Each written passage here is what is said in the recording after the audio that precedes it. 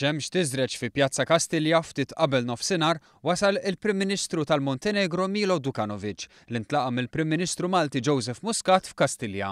Iżda dik bejn iż-żewġ Prim Ministri ma kienx biss laqgħa ta' korteżija. F'Kastilja kien iffirmat memorandum of understanding bejn Malta u l-Montenegro dwar is-settur tas-saħħa.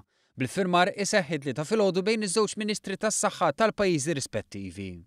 F'konferenza tal-ahbarijiet li ngħatat ftit wara l-laqgħa ta' bejn iż-żewġ Prim Ministri intqal li kemm Malta u l-Montenegro qed iħarsu l quddiem għal iktar relazzjonijiet ekonomiċi mill-qrib kif ukoll iktar investiment.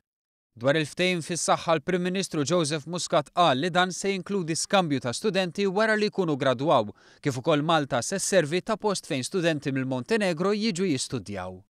We will be working for a system where we can exchange students, where students from our medical sector can conclude their postgraduate training in the respective countries.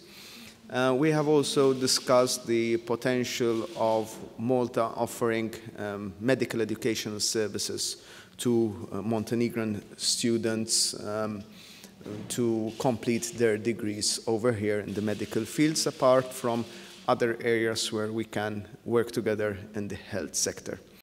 Intant is-settur mediku mhux l-unika wieħed fejn se jkun hemm kooperazzjoni bejn iż-żewġ pajjiżi. Se jkun hemm kooperazzjoni wkoll fejn jidhlu l-enerġija u s-settur turistiku. Il-Prim Ministru Malti rrefera għall-ewwel investiment li qed tagħmel lejn Malta barra minn pajjiżna permezz tal-proġett tal-wind farms potenzjal ta' 80 miljun euro. Il-Prim Ministru Muscat qal li pajjiżna se jkun qiegħed jagħti l-appoġġ tiegħu lill-Montenegro biex ikun jista' jissieħeb fl-Unjoni Ewropea. U tkellem dwar ir-relazzjonijiet mill-qrib li ż-żewġ pajjiżi rnexxilhom jibnu f'dawn l-aħħar xhur.